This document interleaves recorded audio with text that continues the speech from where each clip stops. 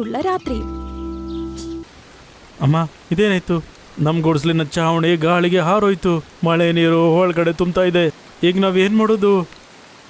ಹೀಗೆ ನಾವು ಏನು ಮಾಡಕ್ಕಾಗಲ್ಲ. ಮಾಡಿದ ತಪ್ಪಿಗೆ ಕಷ್ಟ ಅನುಭವಿಸ್ಲೇಬೇಕಲ್ವಾ? ರಾಣಿ ಪಕ್ಷಿ ಸುಂದರ್ಪುರಿನ ಕಾಡಲ್ಲಿ ಜೀವಿಸ್ತಿತ್ತು. ರಾಣಿ ಪಕ್ಷಿಯ ಹೆಸರು ಮಾತ್ರ ರಾಣಿ ಅಲ್ಲ, ಅದರ ಮನಸ್ಸು ಕೂಡ ರಾಣಿ ತರ ತುಂಬಾ ದೊಡ್ಡದು. ಆದ್ರೆ ಅದರ ಮಕ್ಕಳಾದ ಸೋನು ಮತ್ತೆ ಮೋನು ಅವರ ಸ್ವಭಾವದಲ್ಲಿ ತುಂಬಾನೇ ಬೇರೆ ಆಗಿದ್ರು. ಅದರಿಂದ ರಾಣಿಗೆ ಯಾವಾಗ್ಲೂ ತುಂಬಾನೇ ಬೇಜಾರಾಗ್ತಿತ್ತು.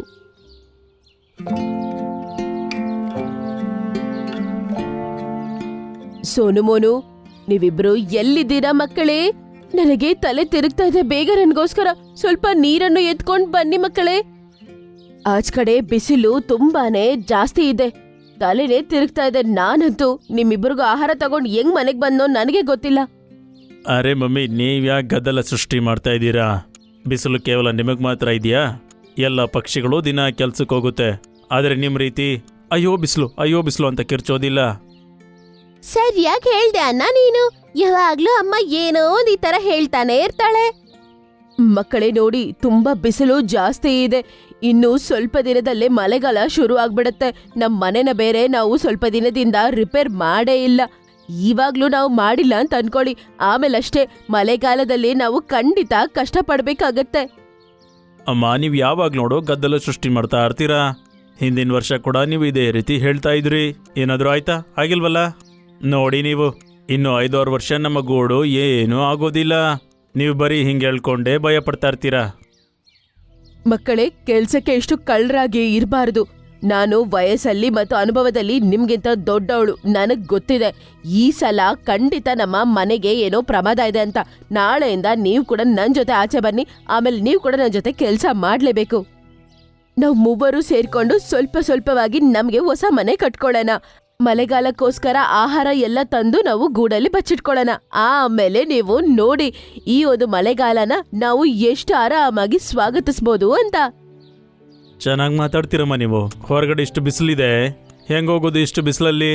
ನಾವಿಷ್ಟು ಬಿಸಿಲಲ್ಲಿ ಹೊರಗಡೆ ಹೋಗಿ ಕೆಲಸ ಮಾಡೋಕ್ಕಾಗಲ್ಲ. ರಾಣಿ ಪಕ್ಷಿ ಅಂತೂ ಅದರ ಮಕ್ಕಳ ಜೊತೆ ಮಾತಾಡ್ತಾ ಇರತ್ತೆ. ಆಗ ಅದರ ಬಾಗಿಲ ಹತ್ರ ಯಾರೋ ಬಂದು ಟಪ್ ಟಪ್ ಅಂತ ಹೊಡಿತಾರೆ. ಅಮ್ಮ ಸೋನು, ಹೋಗ್ ನೋಡು ಯಾರು ಬಂದಿದಾರಂತ. ಅರೆ ಅಮ್ಮ, ನೀವೇ ನೋಡ್ಕೊಳ್ರಿ, ನಾನು ವಿಶ್ರಾಂತಿ ತಗೊಳ್ತೀನಿ. ನನ್ನ ಕೈಲಾಗೋದಿಲ್ಲಮ್ಮ. ಅಷ್ಟಕ್ಕೂ ನಿಮ್ಮ ಈ ಪ್ರವಚನ ಕೇಳಿಸ್ಕೊಂಡು ನನ್ನ ಮೂಡೆಲ್ಲ ಹಾಳಾಯ್ತು. ಅದರ ಮಗು ಮಾತನ್ನು ಕೇಳ್ಕೊಂಡು ತಲೆ ಕೆಟ್ಟೋಗಿ ಅದೇ ಬಾಗಿಲನ್ನು ಹೋಗಿ ತೆಗೆಯತ್ತೆ. ಅದೋಗ್ ನೋಡತ್ತೆ, ಅಲ್ಲಿ ಮಿಟ್ಟು ದೊಡ್ಡಮ್ಮ ಬಂದಿರ್ತಾರೆ. ಅರೇ ದೊಡ್ಡಮ್ಮ, ಏನಾಯ್ತು? ಚೆನ್ನಾಗಿದ್ದೀರ ತಾನೆ? ಅರೆ ಮಗಳೇ, ಏನ್ ಹೇಳಿ ನಿಂಗೆ, 2 ದಿನದಿಂದ ನನಗೆ ಮೈ ಹುಷಾರಿಲ್ಲ. ನನಗೆ ಆಹಾರ ತರಕ್ ಹೋಗಕ್ಕೂ ಕೂಡ ಸ್ಟ್ರೆಂತ್ ಇಲ್ಲ. ಹಸಿವು ಕೂಡ ಕಂಟ್ರೋಲ್ ಆಗ್ತಿಲ್ಲ. ಅದಕ್ಕೆ ನಿನ್ನ ಹತ್ರ ಬಂದೆ.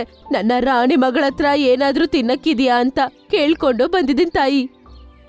ಅರೆ ದೊಡ್ಡಮ್ಮ, ಇರಿ, ಇವಾಗ್ಲೇ ನಾನು ತಾಜಾ ನೇರಳೆ ಹಣ್ಣು ತಂದಿದ್ದೀನಿ. ನಿಮ್ಗೆ ತಗೊಂಡ್ ಬಂದ್ ಕೊಡ್ತೀನಿ, ಅದನ್ ತಿನ್ನಿ, ಚೆನ್ನಾಗಿರುತ್ತೆ.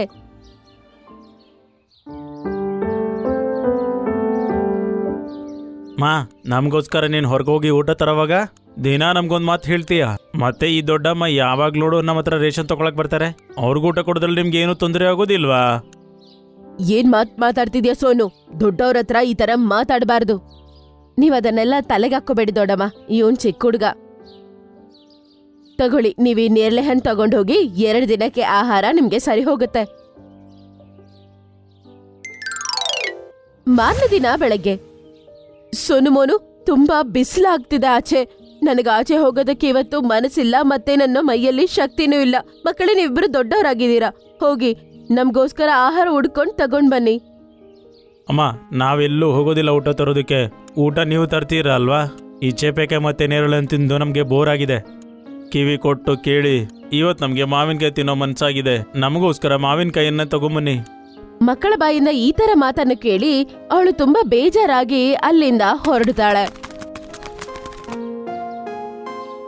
ರಾಣಿ ಮಾವಿನ ಮರದ ಹತ್ರ ಹೋಗುತ್ತೆ. ಅಯ್ಯೋ, ಎಷ್ಟು ಬಿಸಿಲು! ಈ ಬಿಸಿಲಲ್ಲಿ ನನ್ನ ತಾಕತ್ತೆಲ್ಲಾನು ಕಡಿಮೆ ಆಗ್ಬಿಡ್ತು. ನೋಡು, ನನ್ನ ಬಾಯಲ್ಲಿ ಒಂದು ಮಾವಿನಕಾಯಿ ಮಾತ್ರನೇ ಎತ್ಕೊಂಡು ಹೋಗಕ್ಕಾಗೋದು. ನೋಡ್ತಿದ್ರೆ ಈ ದೊಡ್ಡ ಮಾವಿನಕಾಯಿ ಎತ್ಕೊಂಡು ಹೋಗಕ್ಕೆ ನಾನು 2-3 ಸಲ ಮರದ ಹತ್ರ ಬರ್ಬೇಕಾಗತ್ತೆ. ಅದರ ಮಕ್ಕಳ ಈ ಕೆಟ್ಟ ಸ್ವಭಾವ ಕಾರಣದಿಂದ ಮಾವಿನ ಹಣ್ಣುಗಳನ್ನು ತರೋದಕ್ಕೆ ಮರಕ್ಕೆ ಮನೆಗೆ ಅಂತ 2-3 ರೌಂಡ್ ಹೊಡಿಬೇಕಾಗತ್ತೆ. ಅಷ್ಟೊತ್ತು ಈ ಬಿಸಿಲಲ್ಲಿದ್ದ ಕಾರಣಕ್ಕೆ ಅವಳಿಗೆ ಮೈ ಹುಷಾರಿಲ್ದೆ ಆಗ್ಬಿಡತ್ತೆ. ಆಮೇಲೆ ಮಾರನೇ ದಿನ ಬೆಳಗ್ಗೆ, ಮಾ, ಹೊಟ್ಟೆ ಹಸಿತಾ ಇದೆ. ಇವತ್ತು ನೀವು ಊಟ ತರಕ್ ಹೋಗಿಲ್ವಾ? ಬೇಗ ಹೋಗಿ ಊಟ ತಗೊಂಬನ್ನಿ. ಹಸುವಿಂದ ನನ್ನ ಪ್ರಾಣನೇ ಹೋಗೋ ಥರ ಇದೆ. ಮಕ್ಕಳೇ, ನೆನ್ನೆ ಎಷ್ಟು ಸಿಹಿಯಾದ ಮಾವಿನಕಾಯಿ ತಗೊಂಡ್ ಬಂದೆ. ಎಲ್ಲಾನು ನೀವು ನೆನ್ನೆನೆ ತಿನ್ಬಿಟ್ರಾ? ಹಾ, ನಾವು ಅದನ್ನ ರಾತ್ರಿನೇ ಮುಗಿಸ್ಬಿಟ್ಟಿದ್ವಿ. ಆ ಮಾವಿನಕಾಯಿ ಬಿಡಿ, ಮರದಲ್ಲಿ ಇನ್ನೂ ಸಾಕಷ್ಟು ಮಾವಿನಕಾಯಿ ಇದೆ. ಬೇಗ ಹೋಗಿ ನಮಗೆ ಇನ್ನೂ ಮಾವಿನಕಾಯಿ ತಗೊಬನ್ನಿ. ಮಕ್ಕಳ ಈ ಮಾತನ್ನು ಕೇಳಿ ಅವಳು ಮಾವಿನಕಾಯಿ ತರೋದಕ್ಕೆ ಮನೆಯಿಂದ ಹೊರಡ್ತಾಳೆ. ಆದ್ರೆ ಸ್ವಲ್ಪ ದೂರ ಹರ್ಕೊಂಡು ಹೋಗ್ತಾಳೆ. ಆದ್ರೆ ಅವಳು ತಲೆ ತೆರಿಗೆ ಕೆಳಗಡೆ ಬಿದ್ಬಿಡ್ತಾಳೆ. ಅಯ್ಯೋ, ನನ್ ಕೈಲಿ ಆರಕ್ ಕೂಡ ಆಗ್ತಾ ಇಲ್ಲ, ನನ್ ಕೈಲಿ ಆಗೋದಿಲ್ಲಪ್ಪ ಹಂಗಂತ ಅನ್ಕೊಂಡು ಅವಳು ಅವಳ ಮನೆಗೆ ಹೋಗ್ಬಿಡ್ತಾಳೆ. ಆಮೇಲೆ 2-3 ದಿನ ರಾಣಿಯ ಪರಿಸ್ಥಿತಿನೇ ಚೆನ್ನಾಗಿರೋದಿಲ್ಲ. ದಿನೇ ದಿನೇ ಅವಳ ಪರಿಸ್ಥಿತಿ, ಅವಳ ಆರೋಗ್ಯ ತುಂಬಾನೇ ಕೆಟ್ಟದಾಗ್ತಿತ್ತು. ಮನೆಯಲ್ಲಿ ಸ್ವಲ್ಪ ಆಹಾರ ಮಿಕ್ಕಿರತ್ತೆ, ಅದನ್ನು ಕೂಡ ಸೋನು ಮೋನು ತಿಂದು ಖಾಲಿ ಮಾಡ್ಬಿಡ್ತಾರೆ. ಹಸುವಿನಲ್ಲಿ ಸಾಯು ಪರಿಸ್ಥಿತಿ ಅವ್ರದ್ದಾಗಿತ್ತಾಗ ಆ ದಿನನೇ ರಾತ್ರಿ ನೋಡ್ತಿದ್ದಂಗ್ಲೆ ಆಕಾಶ ಹಂಗೆ ಕಪ್ಪಗೆ ಬದಲಾಗ್ಬಿಡತ್ತೆ. ಆಮೇಲೆ ಮಳೆ ಬರಕ್ ಶುರು ಆಗತ್ತೆ. ಅಯ್ಯೋ ದೇವ್ರೆ, ನಮ್ಮನ್ನ ಕಾಪಾಡು. ನನ್ಗೆ ಗೊತ್ತಿತ್ತು ಈ ಮಳೆಗಾಲ ಹತ್ರ ಇದೆ ಅಂತ. ಇವಾಗ ಆಚೆ ಬರ್ತಿರುವ ಈ ಮಳೆನ ನೋಡ್ತಿದ್ರೆ ಈ ಒಂದು ಮಳೆ ಇನ್ನು 4-5 ದಿನ ಖಂಡಿತ ನಿಲ್ಲೋದೇ ಇಲ್ಲ ಅಂತ ಅನಿಸ್ತಾ ಇದೆ. ನಮ್ಮ ಮನೇಲಿ ಆಹಾರ ಇಲ್ಲ, ಏನೂ ಇಲ್ಲ. ನಮ್ಗೆ ಸಹಾಯ ಮಾಡುವಪ್ಪ. ಎಲ್ಲ ನಿಮ್ಮ ತಪ್ಪೆ ಅಮ್ಮ. ನಿಮಗೆ ಗೊತ್ತಾದಾಗ ಮಳೆ ಬರೋ ಹಾಗಿದೆ ಅಂತ ಆಗ ಕೆಲವು ದಿನಗಳಿಗೆ ರೇಷನನ್ನು ಕೂಡಿಡೋಕ್ಕಾಗಲ್ವಾ? ನೀವೆರಡು ದಿನ ಹಸುಕೊಂಡಿದ್ದೀರಾ. ನಿಮ್ಮಿಂದ ನಮಗೂ ಹೊಟ್ಟೆ ಹಸುವಾಗ್ತಾ ಇದೆ. ಮಗನ ಬಾಯಿಯಿಂದ ಈ ಒಂದು ಮಾತನ್ನು ಕೇಳಿ ಅವಳಿಗೆ ತುಂಬಾನೇ ಕೋಪ ಬಂದ್ಬಿಡತ್ತೆ. ನಿಮ್ಮಿಬ್ಬರಿಗೂ ನಾಚಿಕೆ ಆಗುತ್ತೋ ಇಲ್ವೋ? ಇಬ್ರು ಬಾಯಿ ಮುಚ್ಚಿ. ನೀವಿಬ್ರು ಇಷ್ಟು ಸೋಂಬೇರಿಗಳಾಗದೇ ಇದ್ದಿದ್ರೆ ಇವತ್ತು ಈ ದಿನ ನೋಡ್ಬೇಕಾಗಿರೋ ಅವಶ್ಯಕತೆ ಇರಲಿಲ್ಲ. ಮನೇಲಿ ನಿಮ್ಮಂತಹ ವಯಸ್ಸಿಗೆ ಬಂದ ಮಕ್ಕಳಿಬ್ಬರಿದ್ದರು. ಈ ಅಮ್ಮ ಈ ಮನೆಯಲ್ಲಿ ಉಪವಾಸ ಕೂತ್ಕೊಂಡಿದ್ದಾಳೆ ಅಂತಂದ್ರೆ ಇದಕ್ಕಿಂತ ನಾಚಿಕೆಕರವಾದ ವಿಷಯ ಬೇರೇನಿರುತ್ತೆ? ವಯಸ್ಸಾಗ್ತಾ ಇದೆ ನನಗೆ. ನಿಮ್ಗೆ ನಾಚಿಕೆ ಆಗಲ್ವಾ? ನೀರು ಆಹಾರ ಅಂತ ನನ್ ಮೇಲೆ ಆರ್ಡರ್ ಮಾಡ್ತೀರಾ ನೀವು? ನೀವಿಬ್ರು ಎಷ್ಟು ಸೋಂಬೇರಿಗಳಂದ್ರೆ 4 ದಿನ ನಾನು ಆಹಾರ ತರದೇ ಇದ್ರೂ ಕೂಡ ನೀವು ಮನೆಯಲ್ಲೇ ಕುತ್ಕೊಂಡು ತಿಂದೆ ನೀವು ಸಾಯ್ತೀರಾ. ಸಂತೋಷ ಪಡಿ. ಈ ಮನೆ ಚೆನ್ನಾಗಿರೋ ಕಾರಣದಿಂದ ನೀವಿಬ್ರು ಇಲ್ಲಿ ಚೆನ್ನಾಗಿ ಕೂತ್ಕೊಂಡಿದ್ದೀರಾ. ಇಲ್ಲ ಅಂದ್ರೆ ಈ ಪರಿಸ್ಥಿತಿಯಲ್ಲಿ ಮನೆಗೇನಾದ್ರೂ ಆದ್ರೆ ಆಮೇಲೆ ನಾವು ಬೀದಿಗೆ ಬೀಳ್ಬೇಕಷ್ಟೇ. ರಾಣಿ ಪಕ್ಷಿ ಆ ದೇವ್ರನ್ನು ಬೇಡ್ಕೋತಾ ಇರ್ತಾಳೆ, ನಮ್ಮನ್ನ ಈ ಒಂದು ಮಳೆಯಿಂದ ಕಾಪಾಡಪ್ಪ ಅಂತ. ಆದರೆ ಈ ಮಳೆ ಅಂತೂ ಭಯಂಕರವಾದ ರೂಪ ತಗೊಳುತ್ತೆ. ಮಾರನೇ ದಿನ ಬೆಳಗ್ಗೆ ನೋಡಿದರೆ ಏನಾಗತ್ತೆ, ಜೋರ್ ಗಾಳಿಯ ಜೊತೆಗೆ ಮಳೆ ಜೋರಾಗಿ ಬರಕ್ ಶುರು ಆಗತ್ತೆ. ಮರಗಳೆಲ್ಲ ಗಾಳಿಗೆ ಅಳ್ಳಡಕ್ಕೆ ಶುರು ಆಗತ್ತೆ. ಆ ಸಮಯದಲ್ಲಿ ಅವರ ಮನೆಯ ರೂಫ್ ಕೂಡ ಗಾಳಿಯಲ್ಲಿ ಎಗ್ರೋಗ್ಬಿಡತ್ತೆ. ಅಮ್ಮ, ಇದೇನಾಯ್ತು? ನಮ್ಮ ಗುಡಿಸ್ಲಿನ ಚಾವಣಿ ಗಾಳಿಗೆ ಹಾರೋಯ್ತು. ಮಳೆ ನೀರು ಒಳಗಡೆ ತುಂಬ್ತಾ ಇದೆ. ಈಗ ನಾವೇನ್ ಮಾಡೋದು? ಹೀಗೆ ನಾವು ಏನು ಮಾಡಕ್ಕಾಗಲ್ಲ. ಮಾಡಿದ ತಪ್ಪಿಗೆ ಕಷ್ಟ ಅನುಭವಿಸ್ಲೇಬೇಕಲ್ವಾ? ಈಗ ಅರ್ಥ ಆಗ್ತಿದ್ಯಾ ತಾಯಿ ಮಾತು ಕೇಳಿಲ್ಲ ಅಂದ್ರೆ ಎಷ್ಟು ಕಷ್ಟ ಪಡ್ಬೇಕು ಅಂತ? ಅಮ್ಮ, ತುಂಬಾ ಜೋರ್ ಮಳೆ ಬರ್ತಿದೆ. ನಾನು ಪೂರ್ತಿ ನಂದೋಗ್ಬಿಟ್ಟಿದ್ದೀನಿ. ನನಗೆ ಚಳಿ ಆಗ್ತಿದೆ. ಏನಾದ್ರೂ ಮಾಡಮ್ಮ. ಸರಿ ಬನ್ನಿ, ಯಾವ್ದಾದ್ರು ಮರದ ಕೆಳಗಡೆ ಹೋಗಿ ಬಚ್ಚಿಟ್ಕೊಳ್ಳೋಣ. ಏನ್ ಮಾಡಕ್ಕಾಗಲ್ಲ. ರಾಣಿ ಮತ್ತೆ ಅದರ 2 ಮಕ್ಕಳು ಸೇರ್ಕೊಂಡು ಮನೆಯಿಂದ ಆಚೆ ಬರ್ತಾರೆ. ಮರದ ಎಲೆಗಳ ಕೆಳಗಡೆ ಒಂದು ರೆಂಬೆ ಮೇಲೆ ಹೋಗಿ ಕುತ್ಕೊಂಡು ತಪ್ಸ್ಕೊಳ್ಳೋದಕ್ಕೆ ಟ್ರೈ ಮಾಡ್ತಾರೆ. ಆಗ ಅವ್ರ ಚಿಕ್ಕಮ್ಮ ಕಿಟಕಿ ಹತ್ರ ಕುತ್ಕೊಂಡು ನೋಡ್ತಿರ್ತಾಳೆ. ಆಗ ರಾಣಿ ಮತ್ತೆ ಮಕ್ಕಳು ಕುತ್ಕೊಂಡಿರೋದು ಅವಳು ನೋಡ್ತಾಳೆ. ಅದೇ ರಾಣಿ, ತುಫಾನ್ ಬಂದಿದೆ. ಈ ಮಳೆಯಲ್ಲಿ ಮಕ್ಕಳ ಜೊತೆ ಇಲ್ಲಿ ಯಾಕೆ ಕುತ್ಕೊಂಡಿದೀಯಾ? ಹೋಗು, ಬೇಗ ನಿಮ್ ಮನೆಗೆ ಹೋಗು. ಬಾಗಿಲು ಮತ್ತೆ ಕಿಟಕಿ ಭದ್ರವಾಗಿ ಮುಚ್ಕೊಳ್ಳಿ. ದೊಡ್ಡಮ್ಮ, ನಾನೇನ್ ಹೇಳಿ, ನನ್ನ ಮನೆನೇ ನಾಶ ಆಗ್ಬಿಡ್ತು. ನಾನು ಮಕ್ಕಳು ಬೀದಿಗೆ ಬಿದ್ದಿದ್ದೀವಿ. ಈ ತೂಫಾನಲ್ಲಿ ನಾನು ನನ್ನ ಮಕ್ಳು ಏನ್ ಮಾಡೋದಂತ ಅರ್ಥ ಆಗ್ತಾ ಇಲ್ಲ.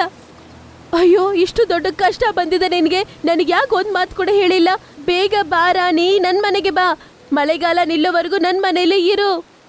ಮಿಟ್ಟು ದೊಡ್ಡಮ್ಮ ಹೇಳಿರೋ ಮಾತನ್ನು ಕೇಳಿ ರಾಣಿ ಮತ್ತೆ ಸೋನು ಮೋನು ಮಿಟ್ಟು ದೊಡ್ಡಮ್ಮನ ಮನೆಗೆ ಹೋಗ್ತಾರೆ. ಅರೇ ಮಕ್ಕಳೇ, ಚಳಿಯಲ್ಲಿ ನರ್ಲಾಡ್ತಿದ್ದೀರಾ ನೀವಿಬ್ಬರು. ನನ್ನ ಹತ್ರ ಸ್ವಲ್ಪ ಆಹಾರ ಇದೆ, ಅದರಿಂದ ಸೂಪ್ ಮಾಡಿ ನಿಮ್ಗೆ ತಗೊಂಡ್ ಬರ್ತೀನಿ. ಅದನ್ನ ಕುಡಿದ್ರೆ ನಿಮ್ಗೆ ಸ್ವಲ್ಪ ಸರಿಯಾಗಿರತ್ತೆ ಹಂಗಂತ ಹೇಳಿ ಅವ್ರ ದೊಡ್ಡಮ್ಮ ಅವ್ರಿಗೋಸ್ಕರ ಬಿಸಿ ಬಿಸಿ ಸೂಪ್ ಮಾಡ್ಕೊಂಡು ತರ್ತಾಳೆ. ಮಕ್ಕಳಿಗೆ ಕೊಟ್ಟಿದ ತಕ್ಷಣ ಸೋನು ಮೋನು ಬೇಗ ಅದನ್ನ ತಿಂದ್ಬಿಡ್ತಾರೆ. ಅರೆ ರಾಣಿ, ಇನ್ನು ನೀನ್ ಸೂಪ್ ಕೊಡ್ತಿಲ್ವಾ? ಈ ಬಿಸಿ ಬಿಸಿ ಸೂಪು ಸ್ವಲ್ಪ ಕುಡಿ, ನಿನಗೆ ಆರೋಗ್ಯನೂ ಸರಿ ಆಗತ್ತೆ. ಆಮೇಲೆ ಸ್ವಲ್ಪ ರೆಸ್ಟ್ ಕೂಡ ತಗೋ. ರಾಣಿ ದೊಡ್ಡಮ್ಮ, ನಾನು ನಿಂಗೆ ಹೆಂಗ ಧನ್ಯವಾದ ಹೇಳಿ? ನೀನ್ ನಮಗೆ ಸಹಾಯ ಮಾಡಿಲ್ಲ ಅಂದ್ರೆ ಈ ಮಳೆಯಲ್ಲಿ ನಾವು ಮೂವರು ಖಂಡಿತ ಸತ್ ಹೋಗ್ಬಿಡ್ತಾ ಇದ್ವಿ. ಅಯ್ಯೋ, ಈ ತರ ಮಾತಾಡ್ಬೇಡ ತಾಯಿ. ನೀನು ನನ್ನ ತಾಯಿ ಅನ್ಕೊಂಡು ನನ್ಗೋಸ್ಕರ ಇಷ್ಟು ವರ್ಷದಿಂದ ಎಷ್ಟು ಸೇವೆ ಮಾಡ್ತಿದೀಯ ತಾಯಿ. ಇಷ್ಟು ನೀನ್ ಸೇವೆ ಮಾಡಿದಾಗ ನೀನು ಮಗಳಂತ ನಾನ್ ನಿನ್ಗೆ ಸಹಾಯ ಮಾಡಕ್ಕಾಗೋದಿಲ್ವಾ?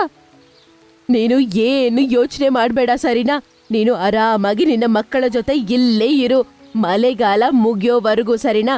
ಮಳೆಗಾಲ ಮುಗ್ದ ನಂತರ ನಾವೆಲ್ಲ ಸೇರ್ಕೊಂಡು ನಿಮ್ಗೋಸ್ಕರ ಮನೆ ಕಟ್ಟೋಣ.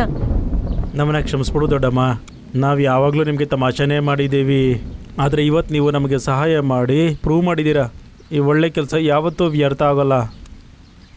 ನೀವು ನಮ್ಮನ್ನು ಕ್ಷಮಿಸ್ಬಿಡಿ ಅಮ್ಮ. ಇವತ್ತಿಂದ ನಾವು ಯಾವತ್ತೂ ಸೋಂಬೇರಿ ಆಗೋದಿಲ್ಲ. ನಮ್ಮ ಜವಾಬ್ದಾರಿಯನ್ನು ಅರ್ಥ ಮಾಡ್ಕೊಳ್ತೀವಿ ಮತ್ತು ಮನೆಯಲ್ಲಿ ಎಲ್ಲ ಕೆಲಸಕ್ಕೂ ನಿಮಗೆ ಕೈ ಜೋಡಿಸ್ತೀವಿ. 2 ದಿನದ ನಂತರ ಮಳೆನೂ ನಿಂತೋಗತ್ತೆ. ಸ್ವಲ್ಪ ಚೆನ್ನಾಗಿ ಬಿಸಿಲು ಕೂಡ ಬರ ಶುರು ಆಗತ್ತೆ. ಅದರ ನಂತರ ರಾಣಿಗೆ ಕೂಡ ಆರೋಗ್ಯ ಸರಿ ಹೋಗಿರುತ್ತೆ. ಮಕ್ಕಳೇ, ನೀವಿಬ್ಬರು ಇಲ್ಲೇ ಮನೆಯಲ್ಲೇ ಇರಿ, ನಾನೋಗಿ ಆಹಾರ ತಗೊಂಡ್ ಬರ್ತೀನಿ. ಇಲ್ಲ ಅಮ್ಮ, ನೀನೇ ಇಲ್ಲಿ ದೊಡ್ಡಮ್ಮನ ಜೊತೆ ಮನೇಲಿರು. ನಾವಿಬ್ರು ಹೋಗಿ ನಮ್ಮೆಲ್ಲರಿಗೋಸ್ಕರ ಆಹಾರ ತಗೊಂಡ್ ಬರ್ತೀವಿ. ಆಮೇಲೆ ಸೋನು ಮೋನು ಇಬ್ಬರು ಒಳ್ಳೆ ಮಕ್ಕಳ ತರ ಅವ್ರ ಅಮ್ಮನಿಗೆ ಆಹಾರ ತಗೊಂಡ್ ಬಂದ್ ಕೊಡ್ತಾರೆ. ಆಮೇಲೆ ಈ ರೀತಿ ರಾಣಿ ಪಕ್ಷಿಯ ಈ ದುಃಖದ ದಿನಗಳು ಮುಗಿದು ಹೋಗತ್ತೆ.